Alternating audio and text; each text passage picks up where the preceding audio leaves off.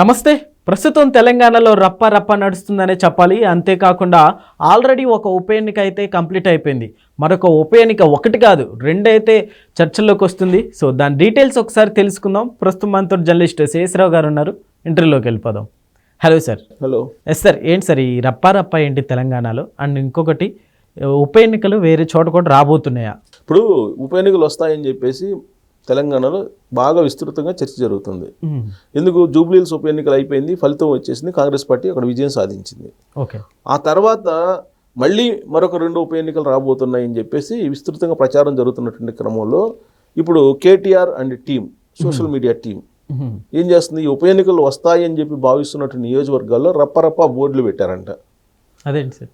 బోర్డులు పెట్టారు, రప్ప బోర్డులు పెట్టారు. ఎందుకు? అక్కడ జగన్మోహన్ రెడ్డి గారు రప్ప అంటున్నారు కదా, అందుకని ఇక్కడ కూడా రప్ప అంటున్నారు.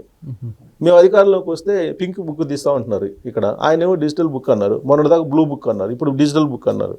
ఇవన్నీ కూడా అక్కడ ఆయన ఏది చేస్తే ఈయన అది చేయటం, లేదా ఈయన ఏదైనా చేస్తే ఆయన అది చేయటం, ఇదంతా కూడా కిట్ ప్రోకో పాలిటిక్స్ నడుస్తున్నాయి మొదటి నుంచి. 2019 నుంచి కిట్ ప్రోకో పాలిటిక్స్ బీఆర్ఎస్ పార్టీకి వైఎస్ఆర్ కాంగ్రెస్ పార్టీ మధ్య జరుగుతున్నాయి అనేది జగద్విదితం. అయితే ఇప్పుడు ఈ బోర్డులు తెలంగాణలో రప్ప బోర్డులు కట్టడం ఏంటి అసలు? ఇప్పుడు అదైతే ఆంధ్రప్రదేశ్లో జగన్మోహన్ రెడ్డి గారి పరిపాలన, వాళ్ళ అనుచరులు, వాళ్ళ వ్యవహారం ఇవన్నీ తెలుసు అందరికి, ప్రజలకి. 2019 నుంచి 2024 వరకు చూశారు. జగన్మోహన్ రెడ్డి గారు ఎక్కడికైనా టూర్ వెళ్ళినప్పుడు ఆంధ్రప్రదేశ్లో రప్ప అంటూ వేట గొడవలు పట్టుకొని ప్రదర్శిస్తూ, హోర్డింగ్స్ని పట్టుకొని ప్రదర్శిస్తూ నరికేస్తాం, చంపేస్తాం అని చెప్పేసి ఎగురుతూ ఉంటారు. అది ఆంధ్రప్రదేశ్లో జరుగుతున్నటువంటి తతంగం. ఇప్పుడు అలాంటిది తెలంగాణలో కనిపిస్తుంది. తెలంగాణలో ఉప ఎన్నికలు వస్తాయని అనుకుంటున్నటువంటి ఖైరతాబాద్, అలాగే కడియం శ్రీహరి గారు ఉన్న వరంగల్ సంబంధించిన నియోజకవర్గాల్లో రప్ప బోర్డులు పెడుతున్నారంట బీఆర్ఎస్ పార్టీ వాళ్ళు. ఎందుకు అని అంటే, ఇప్పుడు కాంగ్రెస్ పార్టీలోకి బీఆర్ఎస్ పార్టీ నుంచి కొంతమంది ఎమ్మెల్యేలు చేరారు. వాళ్ళ మీద అనర్హత వేటు వేయండి అని చెప్పేసి పిటిషన్లు వేశారు. హైకోర్టు నుంచి సుప్రీంకోర్టు దాకా పోరాడింది బీఆర్ఎస్ పార్టీ. దాని మీద సుప్రీంకోర్టు కూడా సీరియస్ అయ్యింది. ఈ మధ్యకాలంలో ఒక హైకోర్టు కూడా అనర్హత వేటు వేయటాన్ని సమంజసమే, పార్టీ మారినటువంటి వాళ్ళ మీద అనర్హత వేటు వేయాలని చెప్పేసి చెప్పింది. అలహాబాద్ కోర్టు ఏదో చెప్పింది.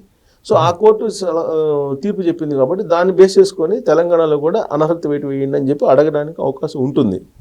అసలు వాళ్ళు అనర్హత వేటు వేసేదానికంటే కూడా ముందుగానే రాజీనామా చేస్తే ఎలా ఉంటుంది కొంతమంది చేత అనేటువంటి ఆలోచన కాంగ్రెస్ పార్టీ చేస్తున్నట్టు రాజకీయ వర్గాల్లో వినిపిస్తుంది. ఎందుకు? దాదాపు 12 మంది దాకా బీఆర్ఎస్ పార్టీ నుంచి కాంగ్రెస్ పార్టీలో జాయిన్ అయ్యారు. వాళ్ళలో 2 పార్టీ మారారు అనడానికి నిదర్శనంగా కొన్ని ఇన్సిడెంట్స్ ఉన్నాయి. మిగతా వాళ్ళు పార్టీ మారారు అనడానికి ఇన్సిడెంట్ లేవు.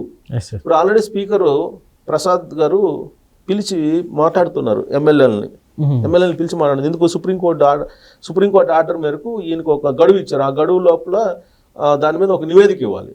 అందుకని పిలిచి అందరితో మాట్లాడుతున్నారు. ఆ క్రమంలో ఖైరతాబాద్కు సంబంధించిన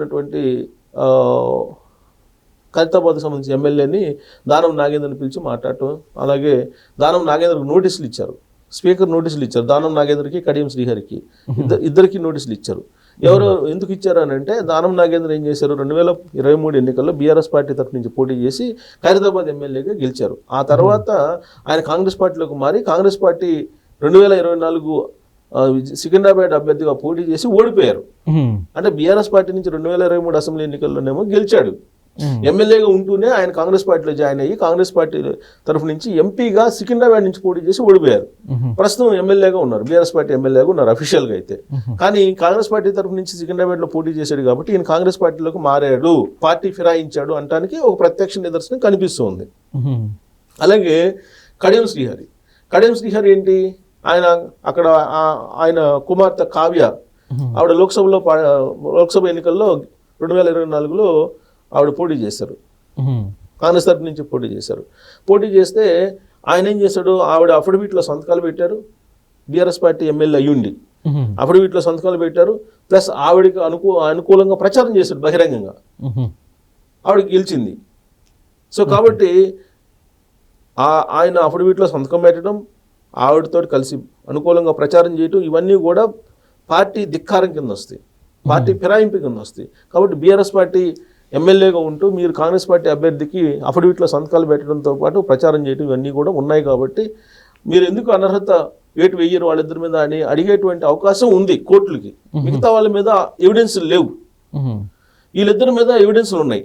సో అడిగే అవకాశం ఉంది కాబట్టి ముందే వీళ్ళిద్దరి చేత రాజీనామా చేయించి బై ఎలక్షన్కి వెళ్ళాలి, ఉప ఎన్నికలకు వెళ్ళాలి అనేటువంటి ఒక ఆలోచన కాంగ్రెస్ పార్టీ ప్రభుత్వం చేస్తున్నట్టు ఇప్పుడు రాజకీయ వర్గాల్లో విస్తృతంగా చర్చ జరుగుతుంది. ప్లస్ స్పీకర్ కూడా వీళ్ళిద్దరికి నోటీసులు ఇస్తే ఆల్రెడీ కడియం శ్రీహరి గారు హాజరయ్యారు స్పీకర్ ఎదుట విచారణకి. దానం నాగేంద్ర గారు ఢిల్లీ వెళ్ళిపోయారు. నోటీసులు జారీ చేయగానే ఆ నోటీసులు తీసుకుని ఢిల్లీ వెళ్ళిపోయారు. ఢిల్లీ వెళ్ళి కాంగ్రెస్ పార్టీ అధిష్టానం దగ్గరని మాట్లాడుకొని ఆయన రాజీనామా చేసే అవకాశం ఉంది అనేది ఒక చర్చ జరుగుతుంది. అయితే మళ్ళీ పోటీ చేయడానికి నాకు ఖైరతాబాద్ నుంచి టికెట్ కావాలి అని చెప్పి అడుగుతున్నాడు ఆయన. ఓకే, లేదా ఒకవేళ ఇవ్వలేని పరిస్థితిలో నాకు ఎమ్మెల్సీ ఇచ్చి మంత్రి పదవి ఇవ్వండి అని చెప్పి అడుగుతున్నారు. లేదా నేను ఎమ్మెల్యేకి పోటీ చేస్తాను, గెలిచిన తర్వాత నాకు మంత్రి పదవి ఇవ్వండి, లేదా రాజ్యసభ ఇవ్వండి, ఇలా ఆప్షన్స్ పెడుతున్నాడు ఆయన. కాంగ్రెస్ పార్టీలోకి వచ్చాను కదా కాబట్టి నాకేంటి అని ఆప్షన్స్ పెడుతున్నాడు ఆయన. మరి ఆప్షన్స్కి కాంగ్రెస్ పార్టీ అధిష్టానం ఒప్పుకుంటుందా ఒప్పుకోదా అనేది ఒక అంశం ఢిల్లీలో నడుస్తూ ఉంది. ఇలాంటి పరిస్థితుల్లో రపరప బోర్డు బీఆర్ఎస్ పార్టీ పెట్టింది ఖైరతాబాద్లో. ఓకే, అలాగే కాంగ్రెస్ పార్టీకి సంబంధించిన అభ్యర్థి రాజు అనే అతను ఆల్రెడీ అక్కడ ఆయన బోర్డులు పెట్టి నాకే టికెట్ ఇవ్వండి ఖైరతాబాద్ నుంచి నేను పోటీ చేసి గెలవాలని చెప్పి ఒక కార్పొరేటర్ రాజు అనే కార్పొరేటర్ హోర్డింగ్స్ పెట్టాడు. ఓకే సార్, ఆల్రెడీ ఉప ఎన్నికలకు సంబంధించినటువంటి నోటిఫికేషన్ లేదంటే అక్కడ ఉన్న ఎమ్మెల్యే రాజీనామా చేయకుండానే ఓ ఉప ఎన్నికల ఆడవాడి స్టార్ట్ అయింది ఖైరతాబాద్లో. అలాగే వరంగల్లో కడియం శ్రీహరి గారు ఇంకా ఆయన కూడా రాజీనామా చేశావు. సో ఉప ఎన్నికలు ఈ రెండు చోట్ల వచ్చే అవకాశం కనిపిస్తుంది. ఖైరతాబాద్లో కన్ఫామ్ అంటున్నారు. ఓకే, సో కడియం శ్రీహరి గారు వాళ్ళ స్పీకర్ ఎదుట హాజరై మరి కొంత సమయం కావాలని చెప్పి అడిగారట వివరణ ఇవ్వడానికి. మొత్తం మీద ఏంటంటే ఈ రెండు చోట్ల ఉప ఎన్నికలు వచ్చే అవకాశం ఉంది.